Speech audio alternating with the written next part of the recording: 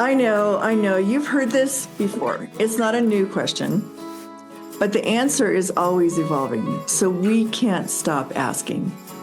What's your why? I am your host, Emmy DeGrappa. What's Your Why is brought to you by Wyoming Humanities. This show explores the human experience with nationally and internationally renowned humanists, authors, journalists, philosophers, artists, and scientists, and many more. We adventure into conversations about where they've been, what makes them tick, and how their history relates to the greater world and to you. And today, my special guest is Zeahlot Lopez.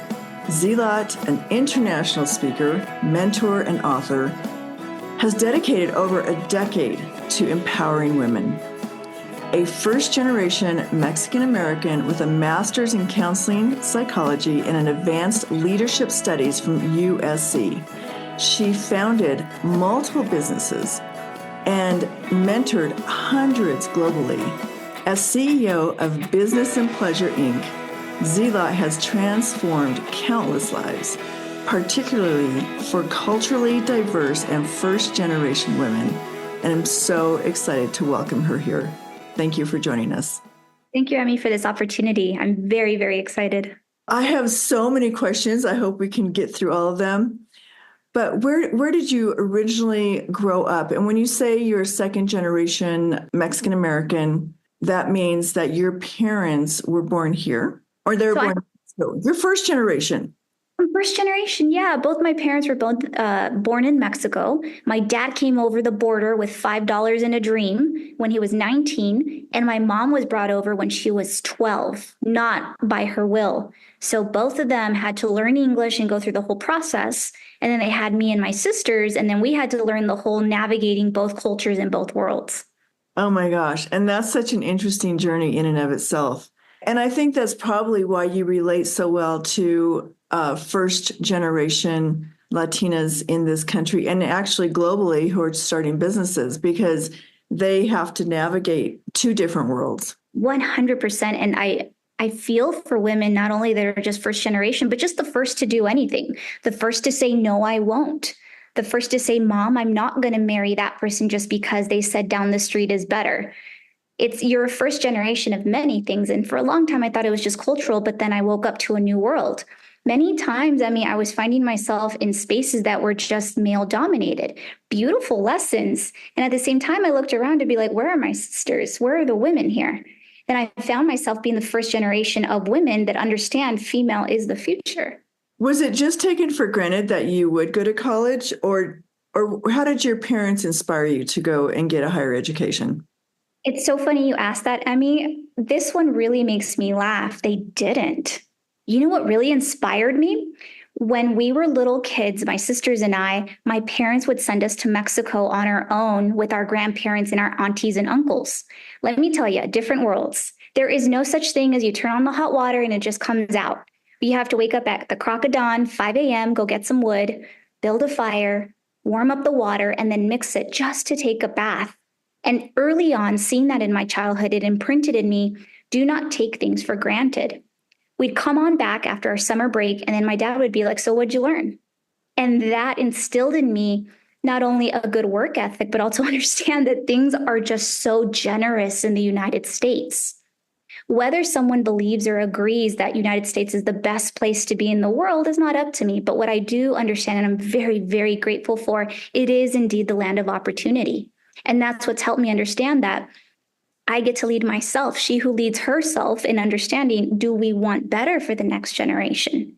How can I wake up every day, give with my God-given gifts to everybody else around me, but say, do I want better? Do I want to show other people that more is possible given what we have here? Well, I think that message needs to be something you wake up with in the morning, a message of gratitude, because it's so easy to forget how much we have. Mm-hmm.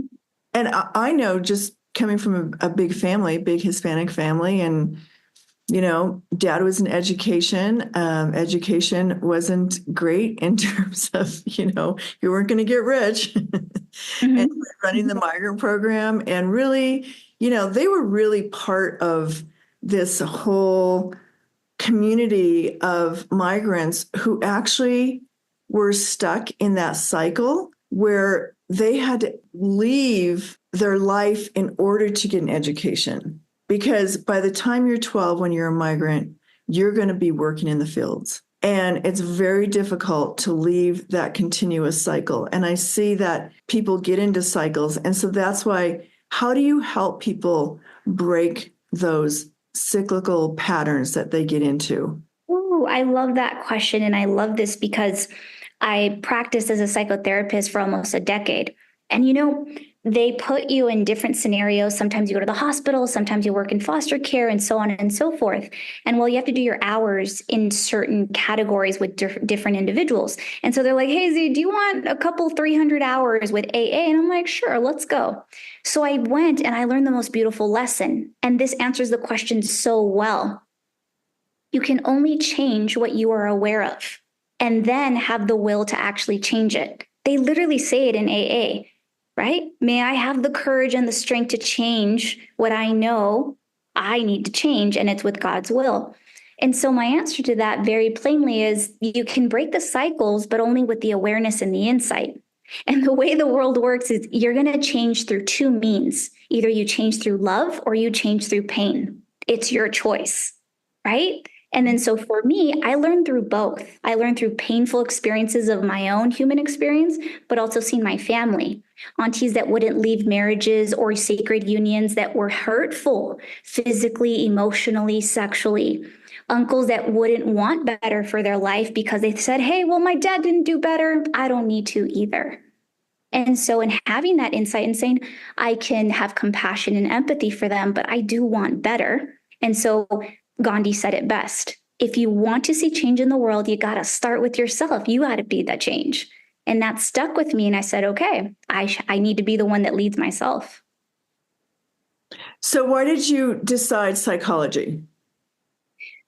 Oh, my family gifted me that because many cycles were not healed. Many cycle and loops just continued.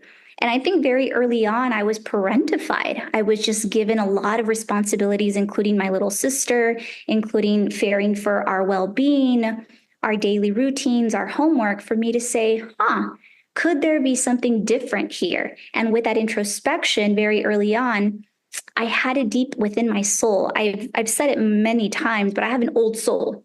And my soul speaks to me very often.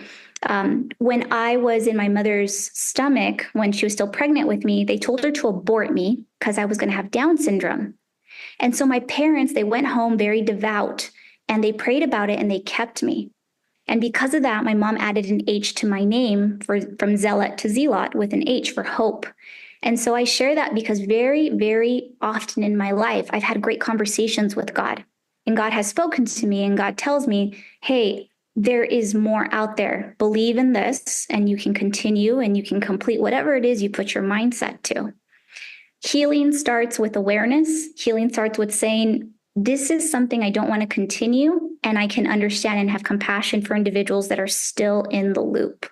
So when I see them, whether it be with clients, whether I see them with friends or in business transactions, it's really a choice if we already have the awareness. Maya Angelou says, do what you can with what you know. But once you know better, you got to do better. Oh, wow, that's a really good one. And that leads me back to your women empowerment, because I grew up in a very traditional family and my mom stayed at home and my dad, was he was a doctor in education.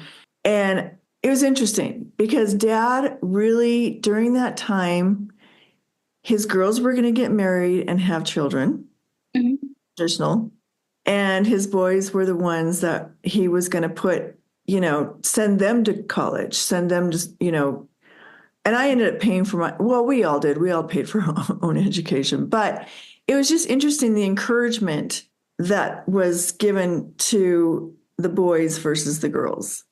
Mm-hmm. Like it was perfectly acceptable for your daughters to be an executive assistant or, and not that Dad was bad. That was just his own upbringing. Mm-hmm.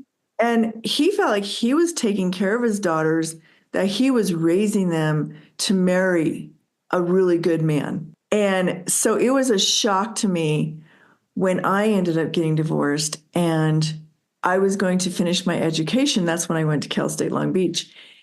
And I had my 2 girls, and they were going to go to school with me. They were going to graduate from college with me, and we were going to go to college together.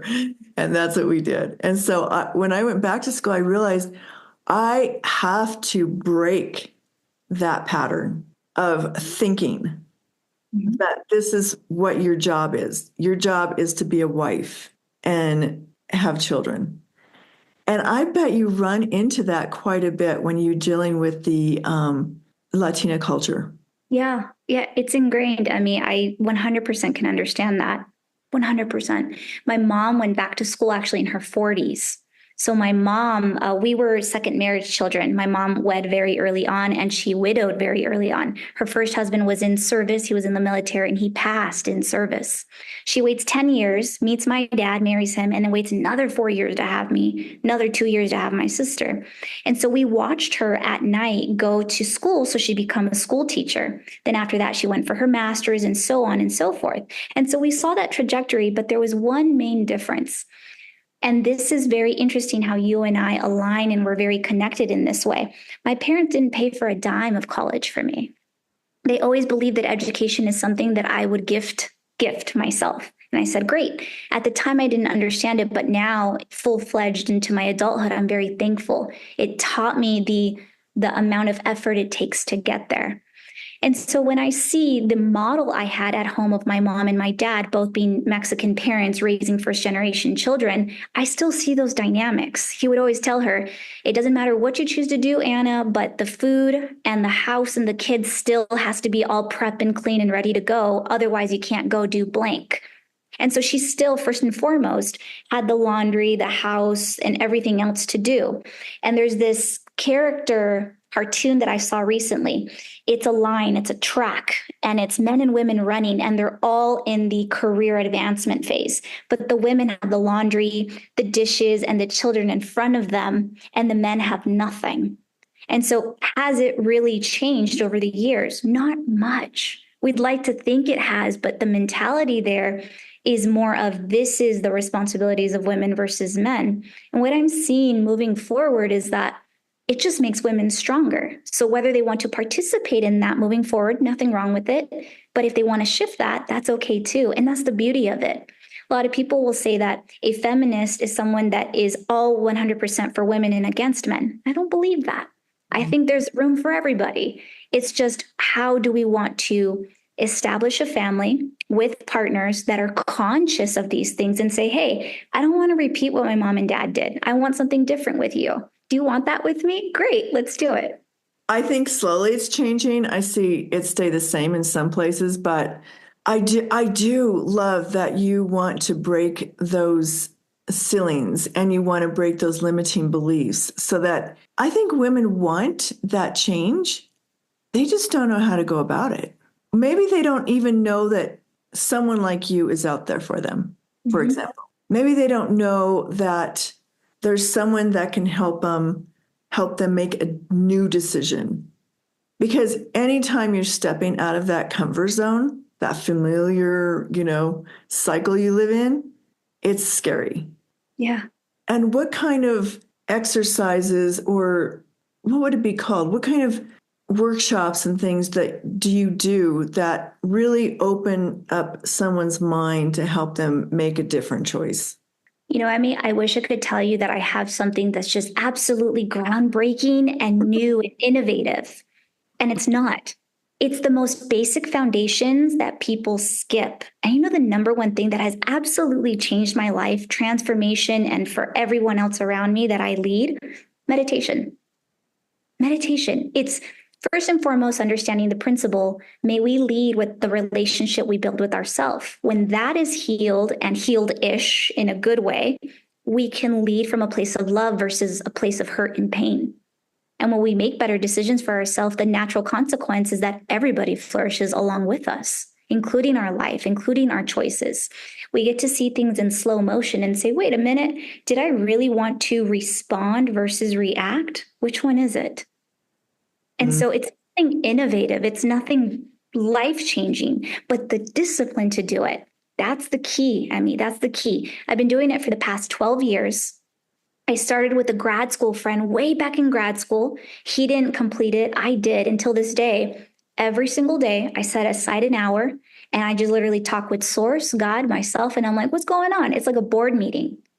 It's so quiet. And it's the first voice I hear during the day. So that regardless of what I hear after that, I have first had my most important meeting. It's the discipline of continuing it. That's it. And in that discipline, you become the woman that has a good say-do ratio. I said I'm going to do this, and I'm going to do it because I am a woman of my word. Mm-hmm. Wow, that is beautiful. That is so beautiful. And discipline, isn't that an amazing word? Because Sure is. isn't that an amazing word? Because it's in all areas of your life, whether it is, like you said, making this great habit of meditating first thing when you wake up, to your eating habits, to whatever habits that you develop in your life is your discipline. Yes. I guess I've been studying it. I'm kind of like a health freak. And just learning about all the things that we eat and put in our bodies and how we take care of ourselves, those are all disciplined things, because you have to want to discipline yourself to not have, let's say, chips in your house or just all the crap, all the stuff. And when you're at the grocery store, it's like, oh my gosh, things are calling my name. I'm going to walk by it. I'm not doing it. I'm going to go home. I'm going to make my homemade soup and my homemade bread, and I'm going to be good about it. I'm going to love it, and I'm going to enjoy it. But the more you do it, the more you realize this feels so good. Yeah. I remember the first time I ever heard the word diet used in a different context. And I was mind blown. I was like, what? A friend of mine actually said, oh, I'm going on a sound diet. And I was like, what's that? She said, for a whole month, 30 days, I'm not going to listen to anything. No radio, no podcast, no sound, no music. And I was like, oh my goodness, how delicious. She goes, honey, she goes, it's not just what I'm putting in my body. It's what I'm listening to, what I'm thinking, what I'm eating. My standards went up. So then not only do I go on juice cleanses, do I go on fast, do I go on meditation, 10 days sitting retreats, but now I think to myself, what am I feeding my mind? What am I ear hustling on? And it's so beautiful to know that a diet is not just what we ingest of food or nutrition, it's everything. Well, and that goes back to, a whole life of a whole being. It's not just one thing. It is your mind, body, heart, soul. It's everything. And I can't say enough about, what you were saying, that you're not doing anything new, but that what you're doing is the wisdom of the ages. In every culture. Mm-hmm. In every culture. So that's what I love about your story, is that I love that you have taken what you've learned and learned how to pass it on and empower others. And what was that jumping off point that said, I'm going to do this? I'm going to create a business. Well, I love your business name, by the way, Business and Pleasure. Love that. What was that jumping off point that inspired you to know was your next step in your journey? Thank you for that. I mean, I appreciate it. There's different places in my story of origin that are so important for people to know, but mainly it's so simple. It's funny. My sister, my older one, she got pregnant at 19. And so we were the littles. My sister and I were 15 years apart. And so my parents said, we're going to try something different with our two little ones. And so we grow up. And then when I got to high school age, they said, we're going to put you in an after school program so that you'll thrive, but that you keep good and no kids. And I was like, okay. I'm 16. So they signed me up for floral design because I love flowers and I still to this day love floral design. Teacher quits. And then they're like, well, you have to choose something next week. Otherwise we drop you. So I chose beauty school. I graduate from beauty school at 17 and I become the youngest cosmetologist in the state of California at 17. And I share this because that was my first career and it helped me pay for college. But then I realized, wait a minute, people aren't coming to me because I'm this great hairdresser doing cuts and color and all kinds of things with the hair, but it was the conversations. It was the intentive listening with intention. And then I realized I'm just an unpaid therapist. So then I went to psychotherapy school. 8, 10 years later, there I am. And then one day, light bulb moment goes off and I'm like, well, hot dang. I'm not a therapist for these people. I'm literally just a reparative experience for their mom and dad wounds. What the heck? People in business, they don't have business problems. They have mommy and daddy challenges that are unresolved. Each layer of my connection with self and source just gave me a new piece of the puzzle. And now I realize essentially, I mean, it doesn't matter if people connect as friends, as business exchanges of energy, even in romantic relationships. All we're looking for is to know that we are loved, that we are whole, and that we're okay. That's really interesting that everything was a stepping stone. And I love the part you said about being an unpaid therapist because my sister she's an esthetician, but she's a specialist. And she has a company called Skin Deep in Fort Collins, Colorado. And she's booked out all the time. She does beautiful work. Mariquita is her name. And so I have to give her a big shout out because she'll probably listen. But it's so true. She spends a lot of time on women's faces, but she probably knows their whole life story. And that is so true because they are so relaxed and she's taking care of them. And so they're just releasing. They're receiving. They're receiving too. But I think they're also releasing their whatever frustration they're feeling. Yeah, they're in their most feminine. They're able to receive safely from someone that holds them, sees them, understands them. I always said when I was a makeup artist and I worked for MAC Cosmetics for years, I was like their top representative selling lipsticks left and right. But ultimately, it was the relationship I built with individuals. When someone understands that sales and marketing essentially is really just the relationship and the connection people feel, it's not selling, it's natural. Yeah, I call it in essence, it's the business of healing. That's all we're doing here as humans over and over and over each cycle. We're just in the business of healing here. Yeah. Love that. Here our paths cross again. It's so amazing. You and I are sisters because I worked for Yves Saint Laurent and as their representative in Denver. And so I went around to all the stores and taught the women behind the counter how to wear a scent, what's in a scent, what it means, what it does, how it mixes with your natural oils, the whole thing, the whole explanation of why scents make you feel different ways. And you were doing the same thing. I'm sure we were doing it different times, but I get that. I get that. Because what is so popular is scents, whether, aromatherapy, what the lavender or the peppermint or whatever the scent is, they all have certain healing properties. So I loved how you tied that back to healing. That we're in the business every day of healing ourselves. Absolutely. And Emmy, let's go even deeper into that. As women, and let's just say in humans, men and women alike, we all have clairs.